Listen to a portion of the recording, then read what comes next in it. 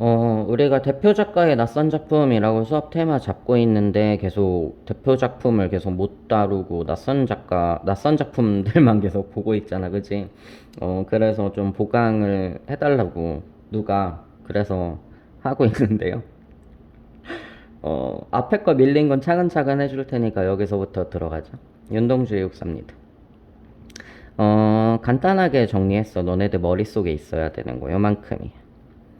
일단 윤동주는 저항시인이라고 많이 알려져 있지만 사실은 이제 성찰의 신, 성찰의 결과물은 항상 부끄러움입니다. 이 부끄러움의 정서를 극복하고 이제 이상적인 나, 그러니까 무언가 내면적인 성숙한 자라고 하는 데까지 나아가는 작품들도 있고, 사실은 여기까지 가지 못하는 작품들도 되게 많아요.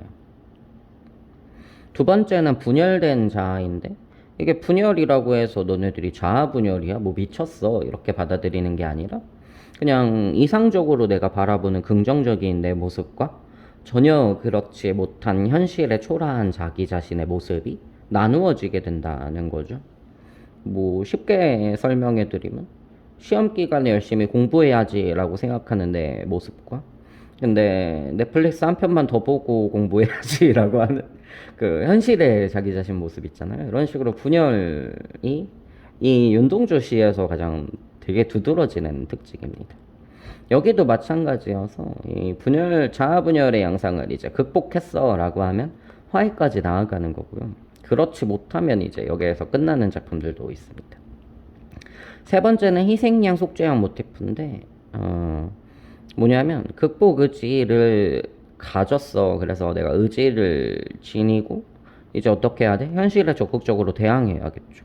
현실에 적극적으로 나서야 되는데 저항을 나서게 되면 필연적으로 예측되는 결과는 뭡니까? 자기 자신의 죽음이겠죠. 죽음을 암시하는 구절들, 그런 부분들을 희생양, 내 목숨을 바쳐서 무언가를 이룰 거야. 속죄양, 내가 내 죄를 없애기 위해서, 사하기 위해서, 내 목숨을 이제 바칠 거야. 이렇게 이야기하는 약간 죽음을 암시하는 시 계열들이 조금 생기게 됩니다. 낯선 작품 중에 섞여 있었으면 좋겠네. 이런 것들도 좀 봐두시면 좋으니까요. 이육사 쪽으로 오게 되면 진짜 대표적인 저항시인이죠. 이 윤동주랑 좀 달라 얘들아. 윤동주는 이제 부끄러움의 시인이라면 저항을 해야지, 저항을 안 하고 있는데 저항을 해야지 이렇게 생각하는 친구고요. 이육사는 저항을 하고 있고 더 격렬하게 내 뜻을 뭔가 밝히는 그런 작품들을 많이 썼습니다. 가장 극명하게 나오는 건 이제 지사적 면모라고 하는 요 부분 있잖아. 요거를 기억하면 좋아. 이때 지사라고 하는 말은 뜻을 품은 선비라는 단어여서요. 그 궁궐 앞에서 사극 같은 데 보면 궁궐 앞에서 전하 아니 되옵니다 전하 차라리 저를 죽이십시오 막 이렇게 얘기하는 죽어도 내 품은 뜻을 꺾지 않겠다라고 하는 무언가 진짜 지조 있는 선비 있잖아요. 이런 캐릭터다라고 연결 지어 두시면 그냥 간단하게 좀 작품들이 읽히는 경우들이 있습니다. 첫 번째로 이렇게 잡아놓은 거 이게 생각이 먼저 나서 1번인데 중요해서 1번이 아니라 약간 한시나 한학 전통에 있었던 이육사여서 약간 시들의 모양이 좀 예뻐. 그러니까 뭐 기승전결이니 사단구성이니 뭐 이런 것들을 지키지 않았다고 하더라도 이육사가 추구하는 어떤 시들은 약간 모양적으로 볼 때 뭔가 가지런하고 예쁜 모양이다라는 거 그냥 알아두시면 될 거고 이렇게 가지런한 모양일 때 이제 유사한 통사구조 아래에 있으면은 같은 대응되거나 대조되는 시어들이니까 해석하실 때 조금 팁으로 삼으실 수는 있겠죠. 다만 이 혹사가 추구하는 시 세계가 되게 강렬하고 의지적이면서 뭔가 윤동주처럼 이렇게 스토리가 생기지 않거든. 성찰했다, 부끄러움을 느끼고 극복해야지 이런 스토리가 생기는 게 아니라 그냥 다짜고짜 내 의지야, 그냥 다짜고짜 내가 하고자 하는 얘기야 이런 식으로 전개되기 때문에 조금 난해할 수 있어요.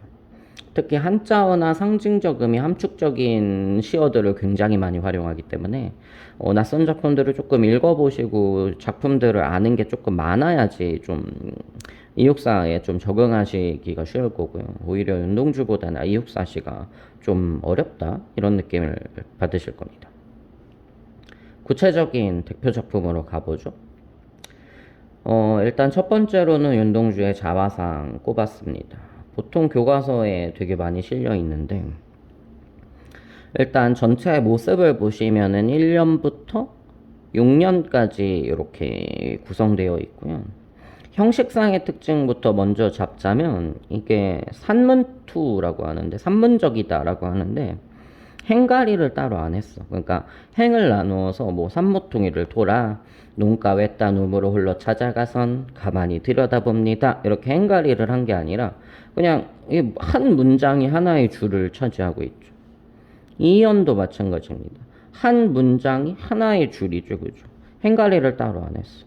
3년도 보게 되면 두 줄로 되어 있잖아. 근데 이게 한 문장 한 문장이야. 그냥 한 줄은 한 문장. 이렇기 때문에 조금 산문적이다 이렇게 얘기합니다. 좀 보시면 어미나 이런 것들도 보시면 뭐뭐 합니다, 뭐뭐 합니다, 합니다 이런 비읍니다의 말투.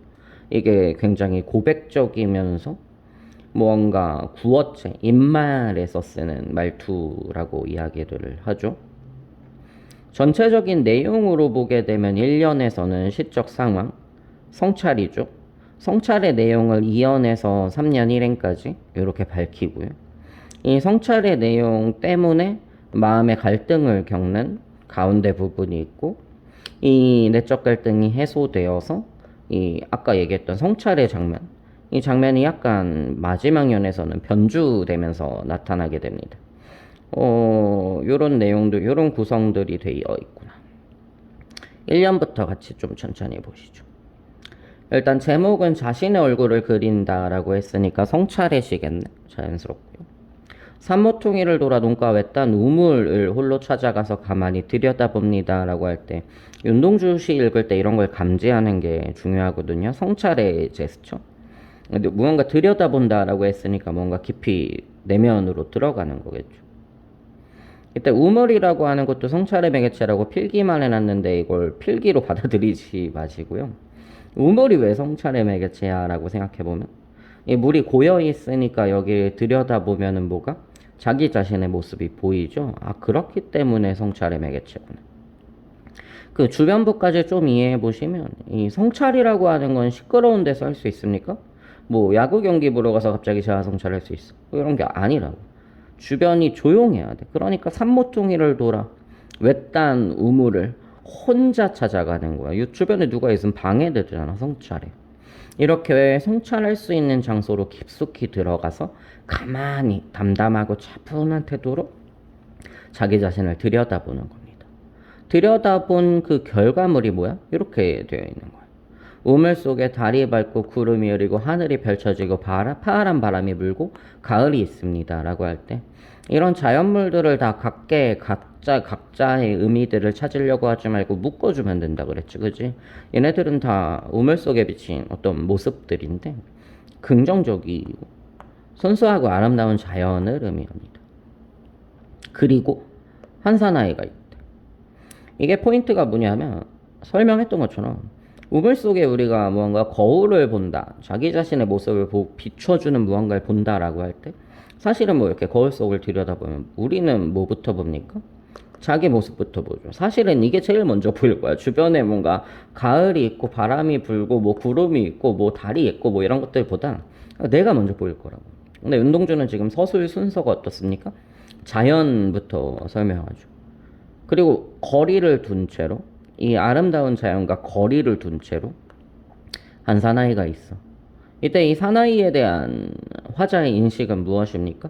마음에 들지 않는 거야.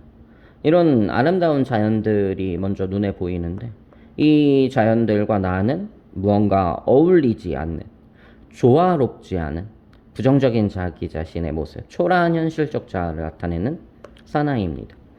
이때 이걸 나라고 표현하지 않고 한 사나이라고 표현한 거 역시 자기 자신을 성찰하는 과정에서 자기를 객관화시켜서 표현한 거겠죠.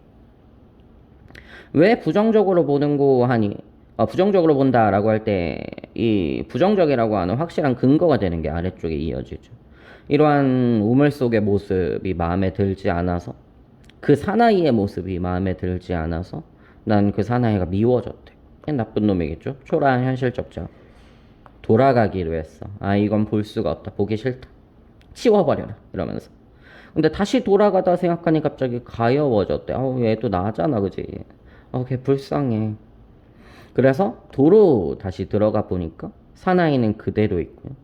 다시 그 사나이가 미워졌어. 그대로 있는 사나이를 봤더니 돌아간대. 이런 식으로 왔다 갔다 우물 근처에서 왔다 갔다 이렇게 움직이는 행동의 변화 자체가 뭐로 이어집니까? 정서의 뚜렷한 변화로 이어지죠. 그죠? 자기 자신에 대한 여러 생각들을 하고 있다라고 하는 점, 미웠다 그리웠다 미웠다 가여웠다 뭐 이렇게 왔다 갔다 한다는 거, 이런 것들을 우리가 뭐라고 부릅니까? 내적 갈등이라고 부르죠.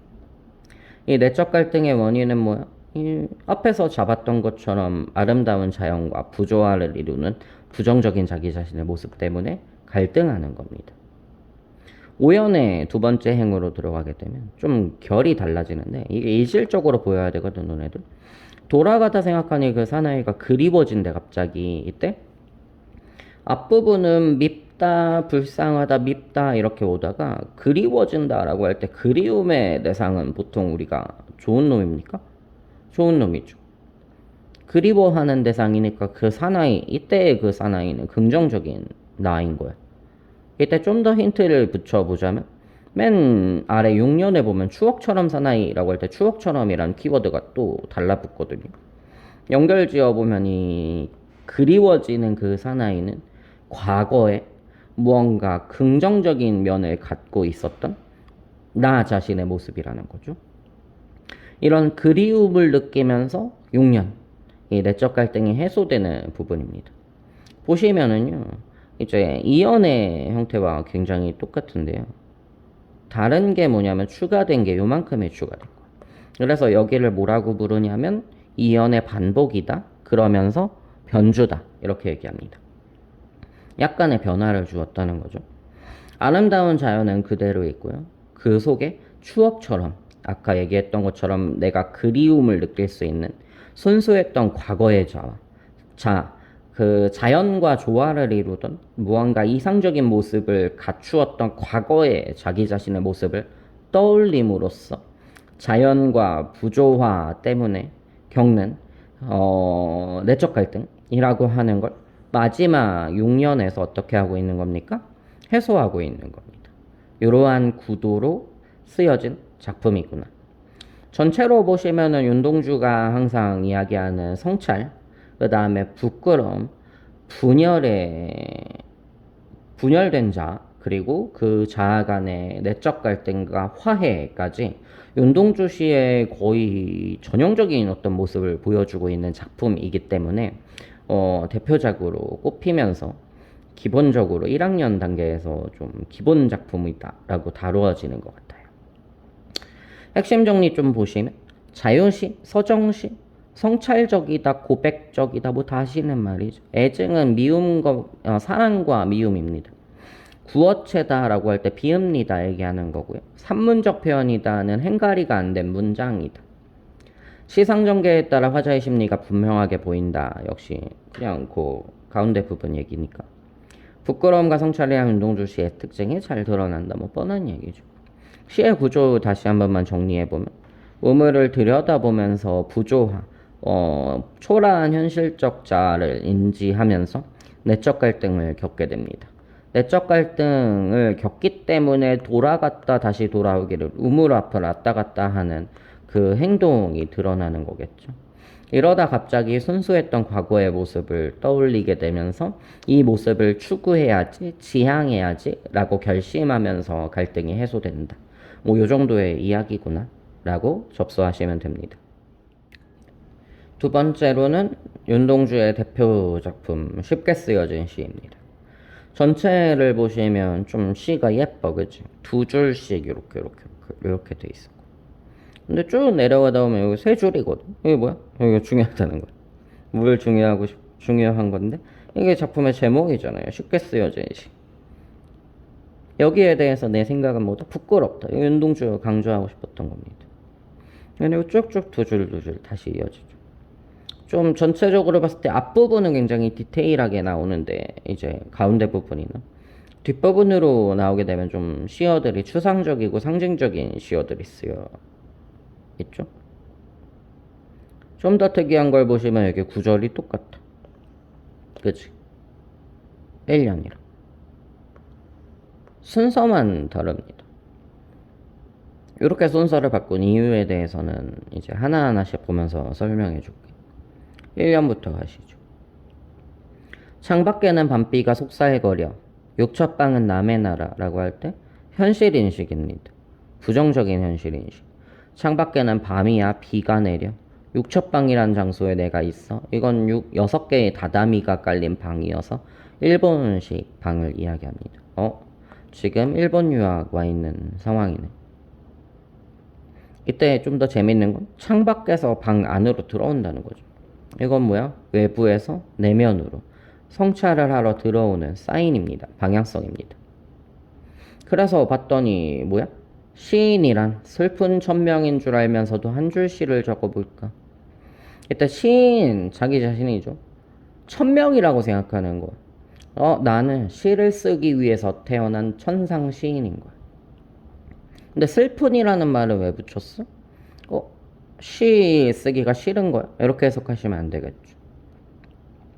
뭐라고 생각하는 거냐면 나는 시를 쓸 수밖에 없는 운명이야. 그러니까 시를 천상 시인으로 태어나서 시를 쓰는 게 내 운명으로 받아들이고 있는데 윤동주가 살고 있는 이 일제강점기라고 하는 현실에 대항하기 위해서, 현실에 대응하기 위해서는 시라고 하는 건 어때? 힘을 발휘할 수 없는 좀 무용한 거라는 거.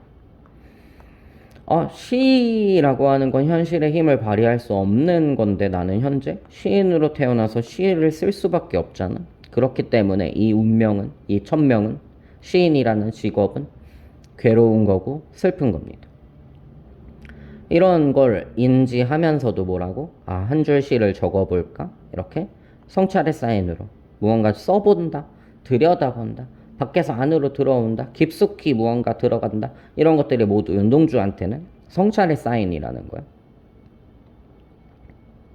이렇게 적어본 시가 뭡니까? 이 시 작품 전체겠죠? 볼까요? 땀내와 사랑내 포근히 품긴 보내주신 학비봉투를 받아 라고 할 때 학비봉투는 부모님의 사랑이 담긴 긍정적인 소재입니다. 이런 걸 받아가지고 대학 노트를 끼고 늙은 교수의 강의를 들으러 간다라고 할 때 여기를 부정적인 아이들로 이제 필기를 해놨는데 사실 이 의미는 아래까지 가셔야지 좀 덧붙을 겁니다. 생각해보면 어린 때 동무들 하나 둘 죄다 잃어버리고 얘는 뭐 2가지 정도로 해석하실 수 있는데 어린 시절에 그 순수했던 모습을 내가 잃어버렸다는 거. 그 다음에 진짜 친구들이 일제강점기라고 하는 현실 때문에 죽어버렸다는 거. 뭐 어찌됐든 부정적인 상황이죠. 부정적인 이러한 상황 속에서 나는 무얼 바라 나는 다만 홀로 참 침전하는 것일까? 침전을 깔아앉는다는 겁니다. 그죠? 내가 무언가 의지적으로 솟아오르고 무언가 좀 고양되어 있는 게 아니라 쭉 처져 있는 거야. 무기력함이죠. 무력감이죠. 이 무력감은 어디서 오는 겁니까? 여기서 오는 거겠지, 그치? 이렇게 동무들은 다 죽어가고 있고 부모님은 날 위해서 이렇게 사랑이 담긴 돈을 보내주시고 있는데 나는 뭐만 하고 있는 거야? 쓸데없이 교수의 강의만 듣고 있는 거야. 현실에 안주하려는 모습이라고 해석되기도 하고. 이때 늙은이라고 하는 키워드에 뭐라고 해놨어? 시대 변화에 뒤처진 약간 무용한 이런 것들이 뭐랑 연결되는 겁니까? 시인이랑 슬픈 천명이랑 연결되는 거죠. 늙은 교수에게 시와 관련된 수업을 듣고 있지만 이건 시대에 대응할 수 없는 무언가 무용하고 쓸모없는 그런 것들이나 하고 있는 나 자신의 모습에 대해 뭘 품은 겁니까? 회의감. 그러니까 이게 맞는 걸까? 라고 하는 의심을 품게 되는 거죠. 그래서 내린 결론이 뭡니까?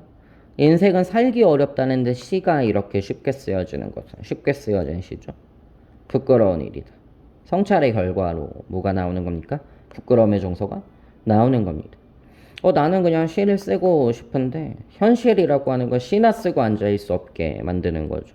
이러한 것들 때문에 괴로워하면서 부끄러움을 느낍니다. 이 부끄러움을 느끼는 성찰의 결과로 다시 육첩방은 남의 나라, 방에서 출발하죠. 창밖에는 밤비가 속살거리는데 밖으로 시선이 이동하게 됩니다. 부정적 현실인 건 똑같지만 성찰 이후에 밖을 다시 인식하는 거니까 현실에 대한 재인식인 겁니다. 이 재인식의 결과로 뭐가 달라져? 태도가 조금 달라지죠. 등불을 밝혀 어둠을 조금 내몰고 시대처럼 올 아침을 기다리는 최후의 나라고 할 때, 등불을 밝혀서 어둠을 내몰다 라고 할 때 등불과 어둠이 대조적이지, 그지? 이때 어둠을 뭐라고 해석하면 어둠을 일제강점기라고 해석한다면 그 어둠을 조금 내몰 수 있는 등불을 밝히는 건 희망을 품는 거야, 저항하려는 거야. 그러한 저항 의지를 품은 거겠죠, 그죠? 그걸 실천한 거고. 이런 것들을 해서 이것도 보셔야 되는데 운동주는 항상 이렇다니까. 뭐 이육사는 좀 다르게 자기가 등불을 밝힌다고 해도 어둠이라고 하는 걸 어떻게 할 수밖에 없다?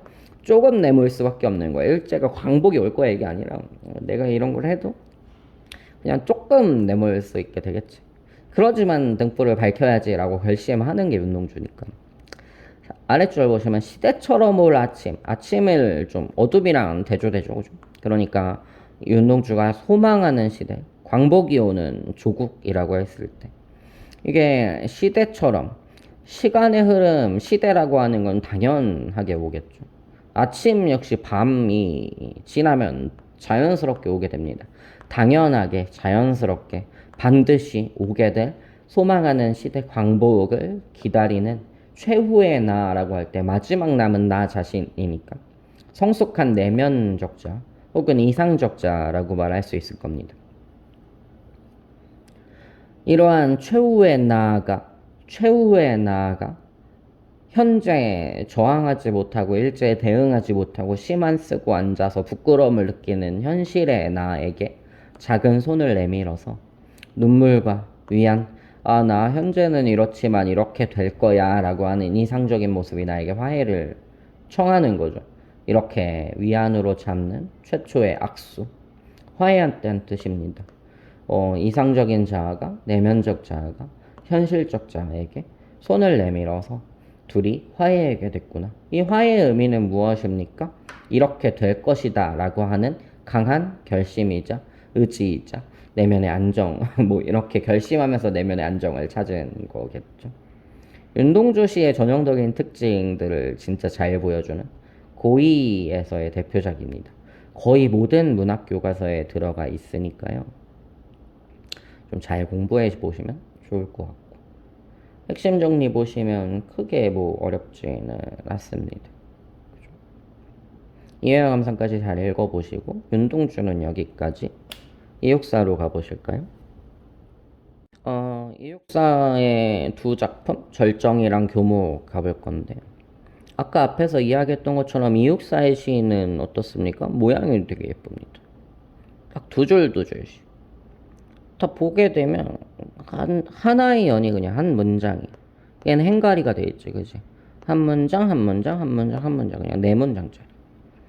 시의 길이도 어떻습니까? 무언가 좀 유사하죠, 그죠? 이런 모양적인 예쁨을 추구한다니까. 시어들은 보시면 한자어가 키워드가 되는 한자어들이 좀 많이 있습니다. 얘는 뭐 쉬운데 보실까요?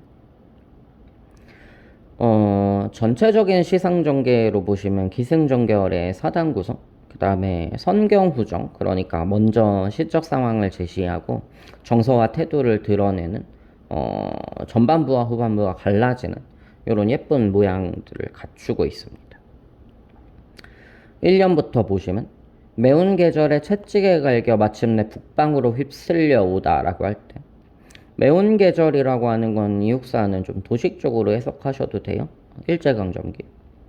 일제강점기에 채찍에 갈겨 얻어맞았다는 거니까 일제의 탄압 때문에 마침내 북방으로 휩쓸려 오다라고 할 때 피동이죠. 북방으로 쫓겨온 겁니다. 쉽게 생각하면 한반도에서 일제에 저항하다가 북간도나 뭐 러시아 이런 데로 쫓겨온 어떤 모습이다 생각하시면 되겠죠. 이 북방에서도 하늘도 그만 제쳐 끝난 고원, 그러니까 북쪽에서도 더 높은 꼭대기로 쫓겨나게 되는 거. 그 고원에 서리빨 칼날진 그 위에서다. 그 고원에서도 제일 높은 꼭대기 아주 날카롭고 만년설이 녹지 않는 그 뾰족뾰족한 무언가 이 느낌 있는 아주 날카로운 첨단에 섰다는 거죠. 이건 뭡니까? 점점 더 극한 상황으로 오는 겁니다. 수평적 극한, 수직적 극한 이런 용어들을 쓰시는데 내신으로 가시면 얘는 그냥 남쪽에서 북쪽으로 이동했네 라고 하는 수평, 그 다음에 평평한 곳에서 꼭대기로 올라갔네 라고 하는 이제 높이가 높아졌네 라고 하는 수직적 이런 의미로 쓰여졌습니다. 큰 틀에서 보면 점증을 잡으셔야 돼요. 점점 극한의 상황으로 처하게 되는 겁니다. 이때 여기까지가 상황이라 그러지, 그지? 이게 외부 상황. 이제 내면으로 들어옵니다. 어디다 무릎을 꿇어야 하나? 한 발 제겨 디딜, 한 발을 디딜 곳조차 없다는 겁니다.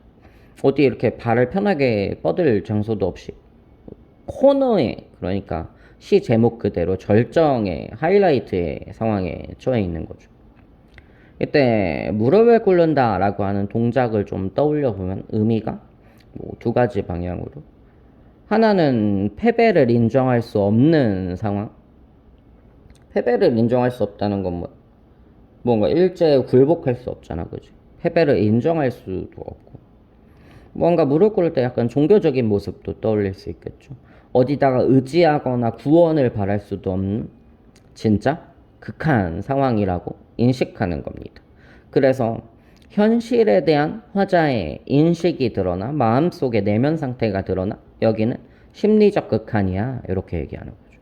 이러한 하이라이트 상황 속에서 이육사가 하는 태도를 보시면은 이게 멋있는데 생각해보면 이러함에, 그러니까 이렇게 심리적으로도 코너야, 지금 상황적으로도 코너에 몰렸고 심리적으로도 어디에 기댈 수도 없는 코너에 몰려 있어. 절망의 그 끝자락에 몰려 있는데 이런 상황에 눈을 감아버립니다.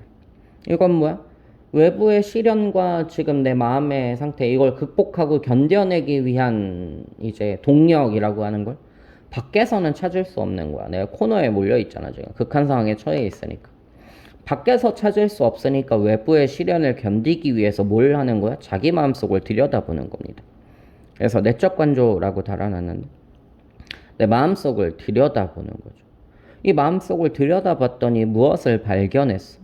겨울은, 그러니까 일제강점기라고 하는 이 부정적인 현실은 강철로 된 무언가 차갑고 단단하고 날카롭고 무언가 날 상처 입힐 것 같은 시련과 고난으로 만들어진 무지개인가 보다.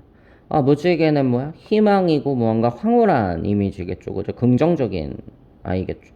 그래서 역설이라고 하는데 이때 무지개를 찾아냈다라고 하는 게 중요합니다. 이 시 전체에서 이런 극한의 상황 속에서 희망을 찾을 수 없고 도움을 바랄 수도 없고 무언가 나아질 거라고 외부에서 무언가 동력을 찾아낼 수 없을 때 자기 마음속을 들여다 봤더니 그럼에도 불구하고 이걸 이겨낼 수 있는 희망이라고 하는 게 아주 약간 요만큼 있었다는 거. 이걸 발견하고 이걸 통해서 현실의 이 극한 상황을 극복하겠다라고 하는 의지를 다지고 있는 거죠. 내면의 의지를 통해서, 내면의 희망을 통해서 외부의 시련을 견디고자 하는 의지를 다지고 있는 현실에 대한 초극적 의지, 초극 의지, 초월적 인식 이런 것들이 주제의식이 됩니다. 핵심 정리 칸으로 오시면은 일단 구조부터 간단하게 보시면 상황은 극한 상황으로 쫓겨온 겁니다. 수평에서 수직으로. 정서는 의지할 곳 하나 없는 심리적인 극한 상황에 몰려 있어서 눈을 감아 생각해 보기로 했죠. 내면을 들여다봤더니 역설적으로 그 속에서 희망이라고 하는 게 조금 찾아낼 수 있었어. 그걸 통해서 극복 의지를 다지고 있는 시구나. 기승전결은 사단 구성이라는 내용입니다. 이때 전이 중요한데 뭔가 뒤집히는 게 있을 거야. 여기에서는 어떻게 뒤집히냐면 외부 얘기하다 내면 이야기하는 식으로 뒤집힙니다. 역설적 표현은 맨 마지막 사연에 등장하죠. 강렬한 상징어와 남성적 어조라고 할 때 최근에는 많이 안 쓰는데 그 강인하고 의지적이고 약간 단호하게 명령문이나 뭐 이런 것들을 많이 쓰는